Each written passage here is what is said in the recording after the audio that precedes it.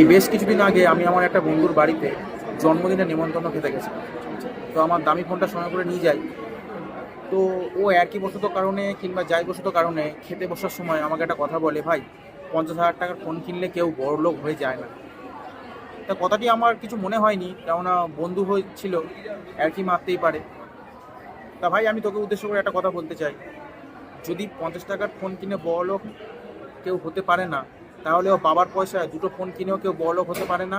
আর trading করে 6 লাখ টাকা loss করেও কেউ বড়লোক হতে পারে না। তাই অন্যকে বলার আগে একবার নিজেরটা দেখে নিবি, দেখা নেওয়ার পর অন্যেরটা বলবি। ভাই, আমি বড়লোক না হতে পারি, কিন্তু আমার স্বাধীনতা আছে। আমাকে বাড়িতে কোনো কৈফিয়ত দিতে হয় না যে আমি কতক্ষণ বাড়ির বাইরে থাকবো বা কতক্ষণ কী করবো। কিন্তু তুই যদি 1 মিনিটও বাড়ির বাইরে থাকিস, তোকে তখন 1000টা কৈফিয়ত দিতে হয়। বুঝেছিস?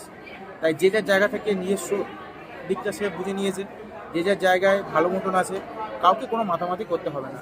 এবার তুই যদি বন্ধু হিসেবে একই মেরে থাকিস, তা এটাও একই ভাবতে পারিস। বা তুই যদি ভাবিস যে তখন তুই সিরিয়াসভাবে কথাটা বলেছিলিস, তা আমিও এটা সিরিয়াসভাবেই বললাম।